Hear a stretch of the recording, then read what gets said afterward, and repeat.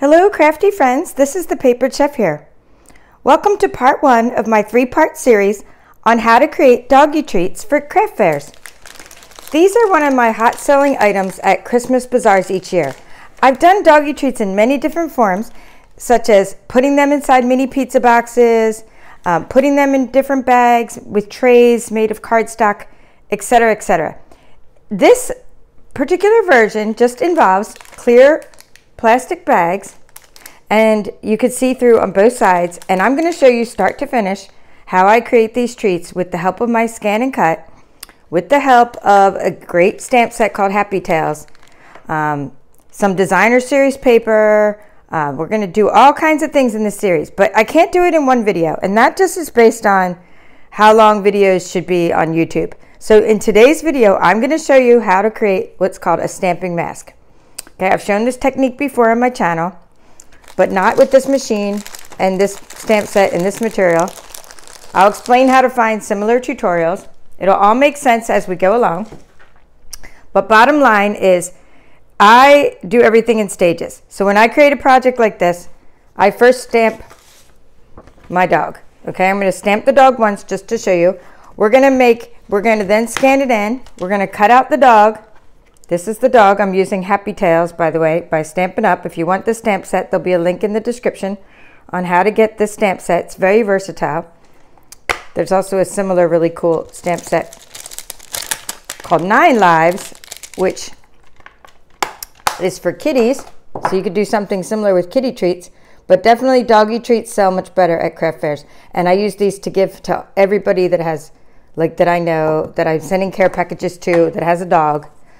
I send these treats to them in my care packages. So these are great gifts for this holiday season.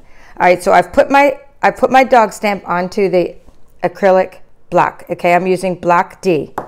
Okay, I'm going to ink it up. The reason I'm using Memento black ink is because not only am I going to be doing some sponge coloring, which I'll show you, but I'm also going to be using alcohol markers sometimes to color as well. Okay, I usually stamp it a couple times, but I'm confident that that stamp is going to scan in. Okay, so I used a little silicone mat to stamp on. Here's my dog. So I'm just stamping it once. All right, so the concept is, if you just have, like, if you stamp something and you want to cut it out, you can do that with the ScanNCut, right? And that's fine, and you could do that later. Or you can punch it out with the coordinating, you know, Happy Tales, or it's called Dog Punch, Dog Builder Punch.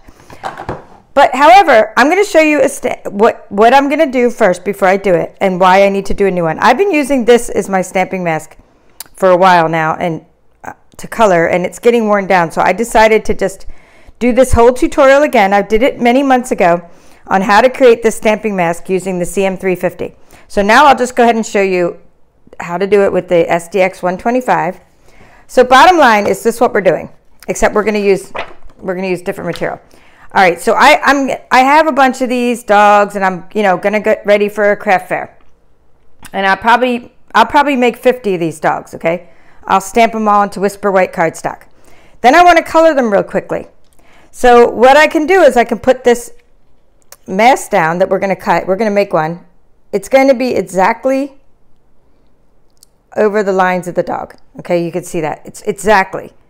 Now then when I color, it doesn't go outside the lines. See all that sponging I did? It doesn't go outside the lines. So that's the overall concept of what we're about to do. Okay, so you're going to take a piece of, we're going to use Mylar, acetate, whatever you have. Now you could use cardstock, but look, my cardstock does wear down. So the advantage of using material that you can reuse again, you know, is that's the advantage. If you use like Mylar or, you know, some kind of plastic material. Okay, so again, 9 months ago, I was going to just leave it be and refer you back to an old video, but YouTube kind of makes it hard to search for old videos. And basically, I just did this, you know, with the moose recently. So here's the concept. I'm just trying to give you overall concept so you understand what's going on. I showed how to create a mask for the moose in the Merry Moose stamp set using acetate or Mylar sheets. Okay, Mylar sheets come in 12 by 12 sheets. I'll have a link in the description on how to get them. You just need a little piece for this exercise. You don't need a giant piece. Okay, so first So so first we stamped our image. That was the overall big picture concept of what we're doing. And you just put the image anywhere and just put it on your mat, okay? In fact, let's see. I'm gonna, you know what, I'm gonna move it down a little bit because, yeah, I'm just gonna move it down a little bit down here. There we go. That way when I'll put it down an inch down, and that way when I do cut it out later, I have lots of space around it when I make my mask. Now making a mask is the same as if you're making stencils. So I make stencils, you know, for backgrounds and things like that. So what I'm showing you can be applied to not just Doggie Treats. If you don't want to make Doggie Treats, you can still follow all the steps I'm showing you. Okay, I'm just going to go ahead and load the mat, and I'll show you how I did that in a minute. And I'm going to pull this, I'm going to just pull the machine closer to me. Okay, come on. There we go. I'm pressing the load mat button. It wasn't doing anything. All right, so what I did so far is I've stamped the image and I've loaded the mat. Okay, so now, and I used this button here. I better tilt the camera a bit. There we go. I think we're all set. Can you see all my buttons? You can see my buttons. There is the button I used. I used this load mat button. Okay, so now we're just going to go ahead. When you turn on the machine, you're going to see pattern and scan. Okay, so we're going to select scan, and we're going to select direct cut. We're directly cutting out this little doggy. Believe it or not, we're directly cutting it out. Okay, so the scan area is 12 by 6. All right, it's saying scanner is set to position 2. You can set your scanner lever at position 1 for this exercise, or position 2. It just happened to be on position 2 because of some materials I was cutting. So bottom line, you have 12 by 6 cutting area. This is if you're using the SDX 125. You're using black and white recognition mode. The scanner lever can be set to 1, it doesn't matter. I've scanned in one little doggy. We're gonna say okay. Now you're gonna frame the doggy, okay? You're gonna frame him, or whatever you're trying to make a mask out of. Get rid of all those, because I don't want all those specks to be recognized in the back. Okay, so now we have just the dog. Great. Now, very important when you're making a mask is do not, I'm just gonna say preview and then we'll cut it. Do not put an outline distance around this, okay? Just say okay. Do not use this button I've been showing you to use if you've been watching my channel. Don't put an outline distance around your dog, because we want this to cut right along.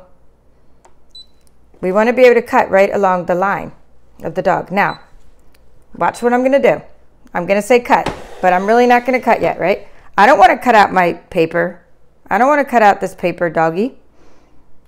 This is a perfectly good stamped image I'll use for something else. What I want to do is replace the material with a piece of Mylar, acetate, what have you. Okay, you can use a piece of cardstock. It doesn't matter. Someone asked if they can use thin paper. You can use whatever you want for your stamping mask. But notice that I'm taking the paper off and putting this in the general area. Here, I'm going to put it like there. That way I have lots of space around my. So I'm just putting it there. The dog will cut out right somewhere around there. But I don't want it to be too close to the border. This stuff sticks pretty well. All right, so I'm using the SDX 125. If you check the description later, you'll see all the settings for doing this with your CM350. In fact, I'll show you how to cut acetate with your CM350. Not show you, I'll put it in the description. But right now I'm using auto blade technology, so I'm going to say start. Now, I probably should have slowed down my speed. We'll see what happens. When I cut acetate, sometimes I need to slow down my speed with the moose, but maybe not with the dog. We're going to see if it works. With the moose, I had to slow down my speed. The reason was the dog had antlers. Okay, let's see if it worked. I mean, not the dog had antlers. The moose had antlers, and because so when I was cutting out the moose, I really had to slow down my speed to make sure that these antlers didn't get caught all around, you know, and the legs were very thin. But let's see how it did with the doggy. I'm not even sure how it's going to do. Because I did this in paper, not in acetate, so let's see how it's going to do. It did a perfect job. Okay, good. So basically you didn't need to do anything to the settings. The auto blade technology determined what depth to use, and it just cut my acetate. So again, I'll have instructions on how to do this with the CM350 as well. All right, so let's get them. So for this section of the tutorial on how to create doggy treats, I'm going to show you in this video here some of the ways I'll color the dogs using the techniques I just showed you. So let's take our dog that we want to color. I mean, I'm just going to show you the one way, but I also want to address some other things I did with alcohol markers as well. All right, so here we go. This is going to be fun. I hope you really like my sponging technique. So here we have a mask. We're going to put it, it's going to protect the background, and let us just color the doggy. In fact, let's make another doggy like I would really do. So let's do what I really do. I never just color one at a time. Plus, that way you can see how no two dogs are ever the same. Okay, so just gonna stamp another dog. And basically I would stamp, maybe I would do this to like 50 or 100. I'm gonna be making a bunch of these dogs for my doggy treats and for upcoming bazaar. All right, so here we go. So you put down your mask over, it fits right on the line. It'll protect the background so you're not coloring the background. Okay, so now we get our ink, okay, and I'm using what's called Crumb Cake. It is an old style stamping pad. We don't sell this old style anymore. I grabbed a new style to show you. Like you could use gray granite, smoky slate, use dog colors, but this is our new style stamp pad. With the old style, what I liked about it and what I still like about it is you can squeeze the stamp pad, and when you open it up, you get ink down there inside there, and it's easy to dip into. Okay, so let me just put that down and conversely compare that to a new style of ink pad in case that's what you're using. You can't really squeeze and get that out, right? So if you're trying to color with a new style of ink pad, you're gonna have to do this to get your ink. You get a stamping block, acrylic stamping block, and you just kind of tap into your ink and you get some off. Okay, and now you're at the place where I'm at, which is I have this little pool of ink. So I have a handy sponge, which I'll link to in the description, and I did get myself some new Crumb Cake ink refill because I go through a lot of this Crumb Cake ink. Anyway, so I put a few drops on my stamp pad earlier, so it might be kind of dark. But bottom line is I'm using these little sponges. Stampin' Up doesn't sell these, but I'll link to these sponges. They're really cheap, and I just like using them because of the handle. And I'm dipping into the ink, and I'm just kind of not making the ink too dark. And then let's just put the mask over the doggy, and I'm going to tap, tap, tap my sponge ink. And I'm going to start over there just to make sure I'm not too dark. Okay, do you notice I started at the tail? It's just so I wasn't too dark. Because if you just start in the face, like you end up, maybe you could have a big blob of ink on the face. So see how I'm just sponge coloring? I haven't even re-inked my sponge. The face is already dark. I can re-tap into my ink once in a while and just sort of circular motions. And what's great about the mask I just created, which I needed anyway, which I'm really happy about, what's great about it is it's reusable, it's washable, and now I can go ahead and color, you know, all the doggies I need. All right, so look how quick that was. And the even coverage. Okay, it's quick, it's even coverage. It's just a technique I've been using for years with many different stamp sets. It's the quickest way for me to color. So I hope you like this little tip about creating a reusable mask. Okay, I'm going to do it again just for good measure. Okay, and just for reinforcement. So let's zoom in so you can really see this. So there's my doggy. I'm covering up everything. I have inked. I put some ink in the inside of my lid. I'm using Crumb Cake. I don't need too much. I have some on my sponge. I'm rolling it around in the, here, I'm just dipping it in. Dip, dip, dip. Not too much. Because I mean, I can color 5 or 6 dogs. I can color 5 or 6 dogs with this little blob of ink. Okay, start at the tail just to see if you got it too dark, and just sort of blob it off. And then I sort of tap around to get the ink to not be so strong and blobby. Blobby, is that a word? Okay, so anyway, then I'm just tap, tap, tapping, and then I just start using circular motions to get the dog to be darker. All right, so da da da da da da da. All right, so that's it. That's how you color your dogs. The stamp set comes with spots and other things, and I'm going to show you how I would do it with alcohol markers, but I'm done the scan and cut portion. In other words, this was a scan and cut tutorial. In fact, I'm using scan and cut for all 3 parts of my doggy treat tutorial. But right now, some of you might not have a scan and cut. Some of you may not want a sponge color. You might want to use alcohol blends markers. I'm just going to show you something else you can do. Okay, still using Memento black ink. Okay. So, I mean, I like to add lots of tips and tricks. Look, I didn't even need the silicone mat, and it came out nice. Okay. Usually I have to put a mat down on my table when I'm coloring. Okay, so there's a couple more dogs. So let's close the, so I'm going to be sponge coloring my dogs, but once in a while I want to make different color dogs. Like, so I use my smoky slate alcohol blends markers to make different color dogs, or my crumb cake markers when I need to like fill in areas. So bottom line, like this. We're going to show you here, like this. These were colored with alcohol. I just need to get, so most of mine were colored with sponging. Most of my treats that I've made so far, these were all sponging techniques. But like, you can also color with alcohol blends markers, okay? And then you get more darker areas around the outside. Okay, so let's just show you how that looks. It's just better if I show you, and then, so you take your dark alcohol blends marker and you just sort of color. You can use the thin side or the thick side. I'm just coloring.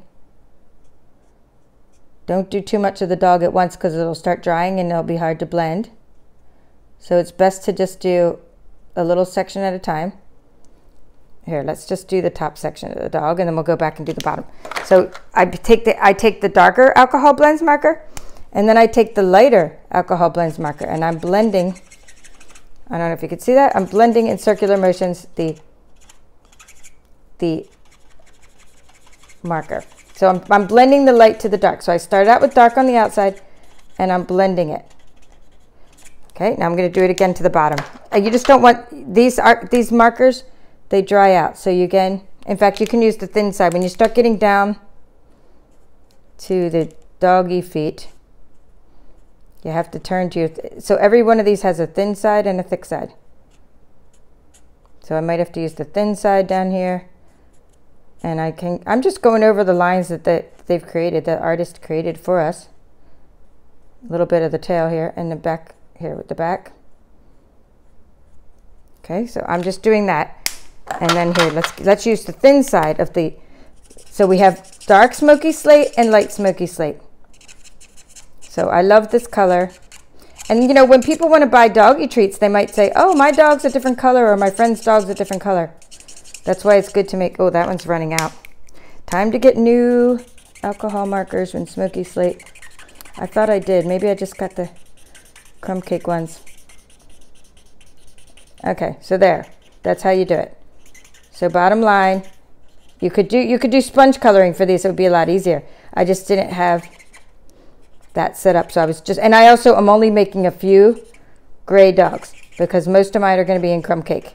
It matches the color of my biscuits, my doggy biscuits. All right, so there you go.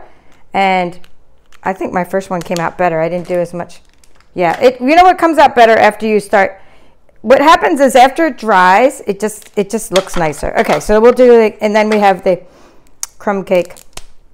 I'm just going to do the same thing in crumb cake. Oop, that's a big, probably use your, you can use your dark side, but just use your thin side. Don't use your thick side, I think, because it's kind of hard to use your thick side. So I'm just do things so you could see it in a couple different ways. Okay. Now, I like to kind of show different things because just my crafty friends have different materials that you like to use, or different preferences for your materials. Okay, that will not be, the lines won't be very harsh. Yeah, these are probably new markers. These are coloring a lot smoother than my other markers. So let's see, and here's how that will turn out later. Okay, I don't need to show you the whole thing. So you have your alcohol blends method of coloring your dogs. Okay, you don't need your scan and cut for that method. You don't even need to create a stamping mask, okay? But you have your sponge coloring, which gives you even coloring as opposed to the blending, okay? And the sponge coloring is like this, okay? And so, oh wow, look at all the different shades. Isn't that nice? Some will come out darker than others depending on how many layers of ink you put on. Okay, so I'm gonna finish coloring my doggies. And then I personally am going to punch them out because I have a doggy punch and I like the way it punches out. So if you don't, then you know, you've been watching my channel, you know how to do it. Scan them in and cut them out. Okay, cut them out using a 0.04 outline distance. That's what you're going to do. If you don't have the doggy punch, then you're going to just cut these out with a 0.04 outline distance.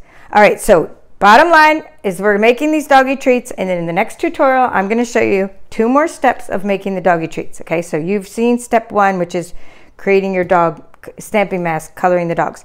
Step 2, I'm going to show you how to create the circles from your ScanNCut, these circles here, and how to cut out the doggy hats, okay, using the Night Before Christmas Designer Series paper.